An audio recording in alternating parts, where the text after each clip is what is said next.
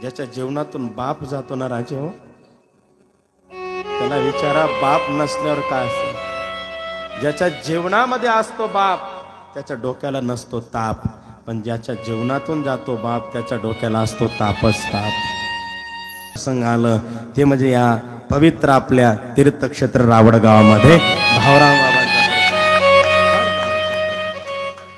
मी बऱ्याच वर्षापूर्वी करजगावांना कथा केली होती, गेगावला कथा केली होती, बऱ्याच ठिकाणी कथा. पण शिवपुराण मी पहिल्यांदा मालेगाव तालुक्यात आणि तेही त्या ठिकाणी आपल्या रावडगावामध्ये बाबांच्या कृपेने आशीर्वादाने आईवडिलांच्या पुण्याने अण्णासाहेबांनी ही सेवा माझ्याकडे त्या ठिकाणी सोपवली. अचानक 1-2 महिन्यापूर्वी अण्णांचा फोन आला, माऊली कुठे आहेत? म्हटलं काय झालं अण्णा? अशी इच्छा आहे आमची की अडे बाबांच्या पुण्यस्मरणाची सेवा आणि तेही आपण कथा करायची. अण्णांचं त्या ठिकाणी म्हणत होतं की आपण कदाचित भागवत कथा करू. पण पुन्हा अण्णांचं आणि मेघश्याम महाराजांचं बोलणं झालं. मेघश्याम महाराजांचा बापूचा मला फोन आला, म्हणे दादा सध्या तुम्ही खूप शिवकथा करतायत. ह्या वर्षभर मी संपूर्ण फक्त 2 किंवा 3च भागवत कथा केला, संपूर्ण शिवपुराण कथा करण्याचा योग आला. तर अशी इच्छा आहे की आपल्या रावड गावामध्ये तुम्ही शिवकथा करावी. आणि अण्णांची आज्ञा झाली आणि शिवकथेचा हा सुयोग प्राप्त झाला. मायबापा बोलता बोलता 7 दिवस निघून गेले. मला असं वाटलं नाही की मी परक्या घरी आलोय म्हणून. अगदी मी खूप वर्षापूर्वी आलो होतो, खूप वर्षापूर्वी. पण मी पहिल्या दिवशी आलो त्या दिवशी मला घर सुद्धा आठवण नव्हतं. मी अण्णांना फोन करून आलो, अण्णा कसं कसं यायचं म्हणून. सुंदर त्या ठिकाणी मी पाहता पाहता गोड असं अण्णांचे सर्व घरचं त्या ठिकाणी संपूर्ण सोनवणे परिवार, अगदी इतकी सेवा. कदाचित बऱ्याच लोकांना असं वाटतं की ब्राह्मणाच्या घरी कधी सत्यनारायण होत नाही. बऱ्याच लोकांना असं वाटतं की कथाकार कीर्तनकार फक्त दुसऱ्यालाच सांगतात, स्वतःच्या घरी स्वतःच्या नियोजनामध्ये कधी असं कार्य करू शकत नाही. ज्यांना असं वाटतं की एक कथाकार कीर्तनकार स्वतःच्या घरी कथा कीर्तन ठेवू शकत नाही, त्याच्यासाठी अण्णा एक त्या ठिकाणी ज्वलंत उदाहरण आहे. कीर्तनकार सुद्धा स्वतःच्या घरी करू शकतात, स्वतः कथा करू शकतात. आणि म्हणून कदाचित तुमच्या मनात असं वाटत असेल अजून की नाही नाही का कीर्तनकार आहे तो कटमाशी. या संभ्रमात तर अजिबात राहायचं. आणि मी तर लकी, मी तर कथा करायला आलो, पण माझ्या नशिबात पुढे धोंडा बी येतोय अण्णा.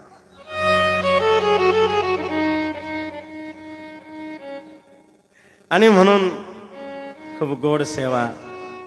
बाबांचे भक्त मंडळी गेल्या 7 दिवस त्या ठिकाणी. एक सांगू तुम्हाला, आपल्या घरी 50-100 पाहुणे आलेले चांगले, पण 10 महाराज लोक नो. तो म्हणत मला ते आवडत नाही, तो म्हणत मला ते तो एक म्हणत कॉफी नको, तो एक म्हणत चहा नको, एक म्हणत मला दूध चालत नाही, दुसरा म्हणत मला पाणी चालत नाही. पण सर्वांचे लाड अगदी मामींनी असो, त्यांचं संपूर्ण परिवारात असो, सर्व त्या ठिकाणी ह्या परिवाराने अगदी आनंदाने सेवेत कुठलीच कमतरता नसताना त्या ठिकाणी प्रत्येकाला अगदी आनंदाने असं वाटायचं की अशी सेवा मी आज मी एक माझ्या मनातल्या गोष्ट, मी खूप मोठ्या मोठ्या कथा केल्यात, खूप अण्णांना सगळं माहिती आहे, मेघश्याम महाराजांना माहिती आहे, सोपान महाराजांना माहिती आहे. बाबांचं कृपेने खूप मोठ्या मोठ्या ठिकाणी जाण्याचा सुयोग आला. खूप मोठ्या मोठ्या बग्गींमध्ये, रथांमध्ये, खूप काही ठिकाणी त्या ठिकाणी विमानाचा प्रवास सुद्धा बाबांच्या आशीर्वादाने माझ्या जीवनामध्ये घडून आला कथा करण्यासाठी. पण मी सनरूप गाडीमध्ये अण्णा आज पहिल्यांदा उभा राहिलो. पहिल्यांदा उभा राहिलो. अक्षरशः ज्यावेळेस अण्णांनी माझ्या पायावरती त्या ठिकाणी पाणी ओतलं आणि मामीने त्या ठिकाणी पाय धुतले, माझ्या डोळ्यात पाणी आलं. माय समोर उभी होती, मायचे सुद्धा त्या ठिकाणी डोळे डबडबले, डोळ्यातून अश्रू आल्यात. अण्णात ना आमच्यात काय फरक आहे? अण्णा एक वक्ता आहे, अण्णा एक कथाकार आहेत, अण्णा एक कीर्तनकार आहेत. आणि ज्यावेळेस अण्णांच्या मनामध्ये असणारा त्या ठिकाणी तो भाव मी पाहिला. अण्णांचे डोळे डबडबले होते. खर तर माझी एवढी पात्रता नाही की यांच्यासारख्या ज्ञानी माणसाने, कीर्तनकार माणसाने माझ्या पायावरती पाणी होतं.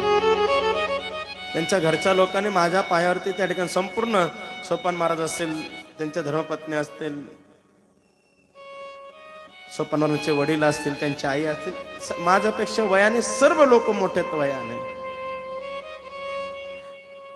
माय सुद्धा तरी काय हातात तांबे घेऊन होतं, माय तुम्ही नाही माझं पाय जायचं, मला फक्त तुमचा आशीर्वाद त्या ठिकाणी पाहिले. माझ्या मनात आलं, मी मायला चौरंगावर उभा राहिला, अण्णांना म्हटलं तुम्ही पाणी टाका, मी मायचे पाय धुतो. मला मनात वाटावं का जीवनात आई वडील असले तर सगळेच असतात. ज्याच्या जीवनातून बाप जातो ना राजे हो, त्याला विचारा बाप नसल्यावर काय असतं. ज्याच्या जीवनामध्ये असतो बाप त्याच्या डोक्याला नसतो ताप, पण ज्याच्या जीवनातून जातो बाप त्याच्या डोक्याला असतो तापच ताप. मी त्या दिवशी बापावर बोलून गेलो. बापाचा बाप मिळाला तरी बापाला रडता येत नाही, बापाची आई मिळाली तरी बापाला रडता येत नाही. बाप काय नाही करतो. एका 13 वर्षाच्या मुलीने बापाला विचारलं, बाबा मी तुमची एकुलती मुलगी ना. हो बेटा. ज्यावेळेस माझा 14वा वाढदिवस येईल बाबा, त्यावेळेस मला काय द्याल? देईल बेटा, खूप चांगली वस्तू देऊन जाईल. 6 महिने निघाले, 13.5 वर्षाचे झाले. त्या मुलीला हृदयविकाराचा रोग लागला. हृदयाला असं छिद्र पडलं, होल पडलं. डॉक्टरांकडे ऍडमिट केलं. डॉक्टर सांगितलं, बाबा हिला होल पडलेला आहे हृदयाला. ओ डॉक्टरा, एकुलती एक मुलगी हो माझी, वाचवा डॉक्टरा. बाप काय करतो? नाना ठिकाणी बाप जायचे, त्या ठिकाणी मजुरी करायचे, हात मजुरी करायचे, काम करायचे, यायचे. डॉक्टरांना पैसे, डॉक्टर अजून वाटलं तर अजून देईल. मी राब हाडाचं काढ, रक्ताचं पाणी करतात, नेत्राचे देवे करतात. काळ पाहत नाही, वेळ पाहत नाही बाप, रात्र पाहत नाही, दिवस पाहत नाही बाप. वर्षभर एक जोडी कपडा वापरतो, पण लेकरांना कधी कपड्यांची कमतरता वाटू देत नाही. बाप वर्षभर एकच बूट वापरतो, एकच बूट. तो जर त्या ठिकाणी फाटलेला असतं, काही बापांचे बुट पा तुम्ही खालून जर तो बुटाला असा उलटा केला ना, अशी भेग पडलेली असते, काटे काय घुसतात, त्यातून दगड काय रुततात, पण तरी बाप कोणाजवळ त्या ठिकाणी मनातली गोष्ट सांगत नाही. काही बापांच्या चपला पाहत तुम्ही दोरीने बांधलेल्या राहतात, दोरीने. पण लेकराची जर चप्पल फाटली ना, बेटा हे घे पैसे. बाप एक टाइम पोटाला कमी खातो, पण लेकराच्या शिक्षणाला काबाड कष्ट करू, त्या ठिकाणी पैसा पुरवतो. अहो बाबा, काय एवढं धावपळ करतात? नाही महाराज. एकदा माझा मुलगा शिकला, मोठा झाला की मी अर्धी सुखाची भाकर बसून खाईन, पण जोपर्यंत माझ्या मुलाची लाईन बसत नाही तोपर्यंत मी धावून माझं सांभाळ. त्या मुलीने विचारलं, बाबा काय भेट द्याल? दिल बेटा. घरांतराने डॉक्टर सांगितलं, बाबा एवढा पैसा तुम्ही खर्च करू नका बाबा, काहीच उपयोग नाही. तुमची मुलगी आता या जगामध्ये जास्त दिवस जिवंत राहू शकत नाही. डॉक्टरा,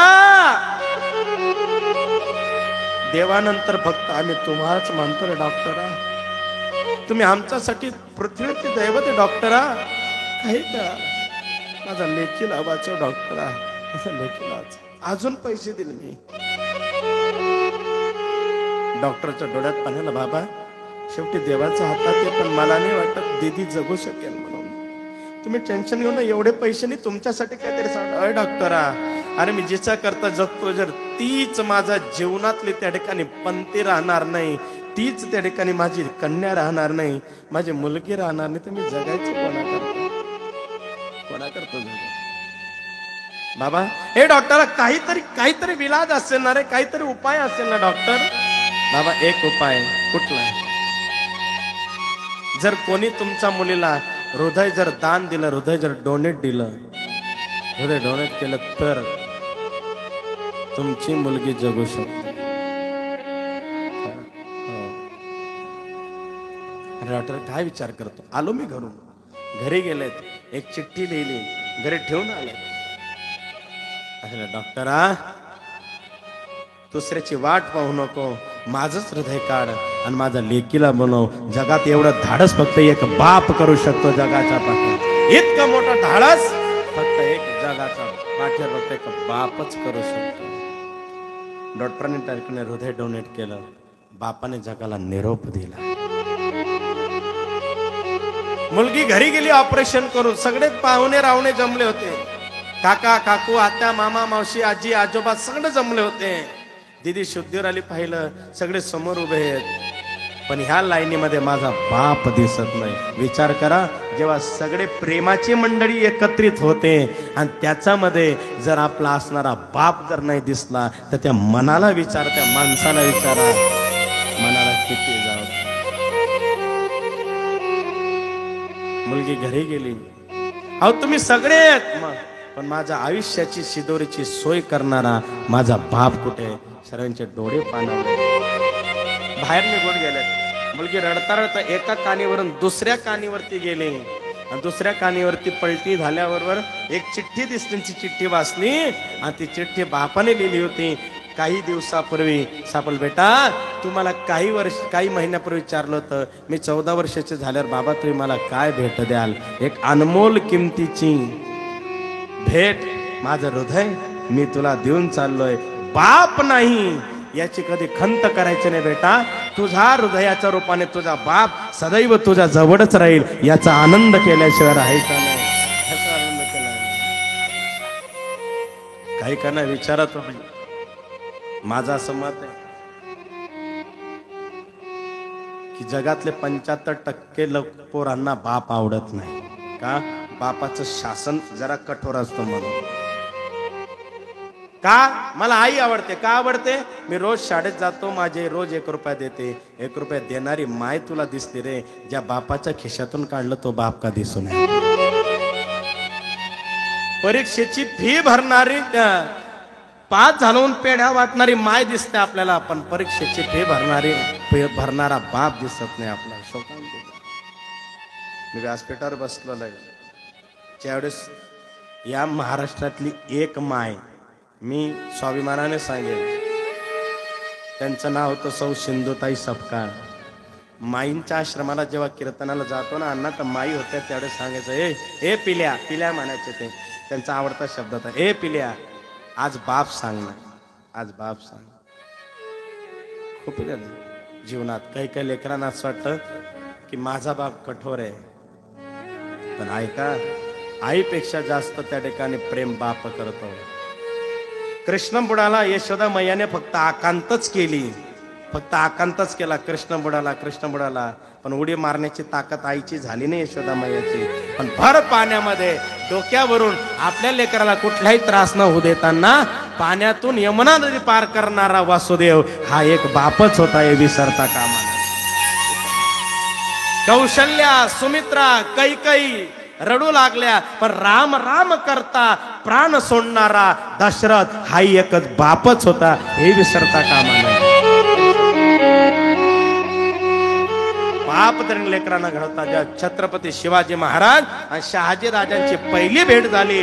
शहाजी राजांनी सांगितलं, राजे, ही रयत आपली आहे, हा सह्याद्री आपला आहे आणि ही प्रजा आपली. राजे, या रयते करता जगा, या प्रजा करता जगा, या समाजा करता जगा, या सह्याद्री करता जगा, या महाराष्ट्र करता जगा, या हिंदुत्वा करता जगा. ज्या दिवशी तुम्ही खऱ्या अर्थाने राजे रयते करता जगाल ना, त्या दिवशी ही रयत तुमच्यासाठी मरायला तयार होईल. शहाजी राजांचे शब्द.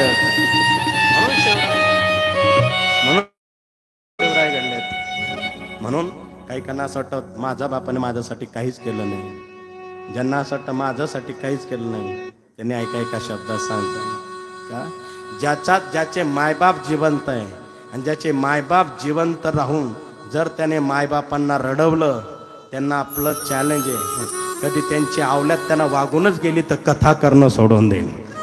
इट फॉर टॅट तू मी तया जैशी असती तैशी ज्ञानवरांच्या भाषेत. म्हणून बाप काय नाही करत. रानामध्ये झाडे झुडपी झेलती जेवा ताप, गोड आहे बापाचं वर्णन, खूप गोड आहे. पण घड्याळ आपल्यापेक्षा पुढे जात नाही. गायचं जर तुम्हाला तुमचा बापाबद्दल प्रेम असेल तर हात वर करून माझा सोबत टाळी वाजवायची. रानामध्ये झाडे झुडपी झेलती जेवा ताप, दया मला त्याच्यामध्ये दिसतो माझा बाप, दिसतो माझा बाप. रानामध्ये रानामध्ये रानामध्ये झाडे झुडपी झेलती जेवा ताप, तेव्हा मला त्याच्यामध्ये दिसतो माझा बाप, दिसतो माझा बाप, दिसतो माझा बाप.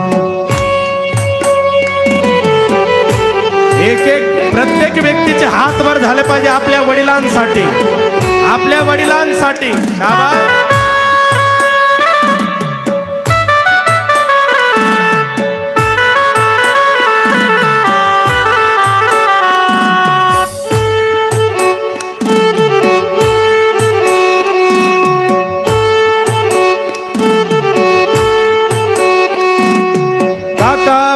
सांगत होत्या रानाच्या त्या कथा, सांगत होत्या रानाच्या कथा. दुष्काळात करपे जीव कोरड्या त्या व्यथा,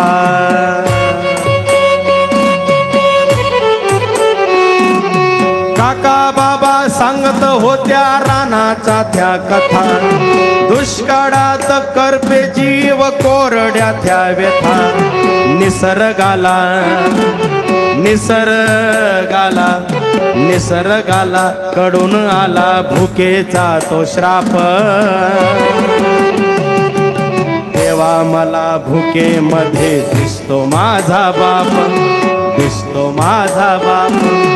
रानामध्ये रानामध्ये रानामध्ये झाडे झुडपी झेलते जेवा ताप, तेव्हा मला त्याच्यामध्ये दिसतो माझा बाप, दिसतो माझा बाप.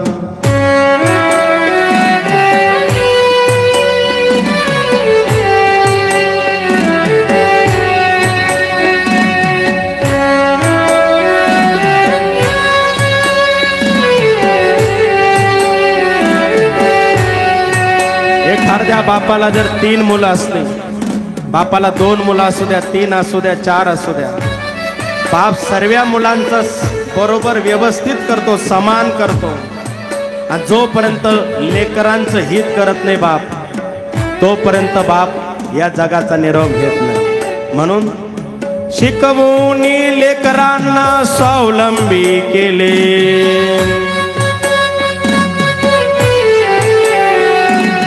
शिकवून लेकरांना स्वावलंबी केले.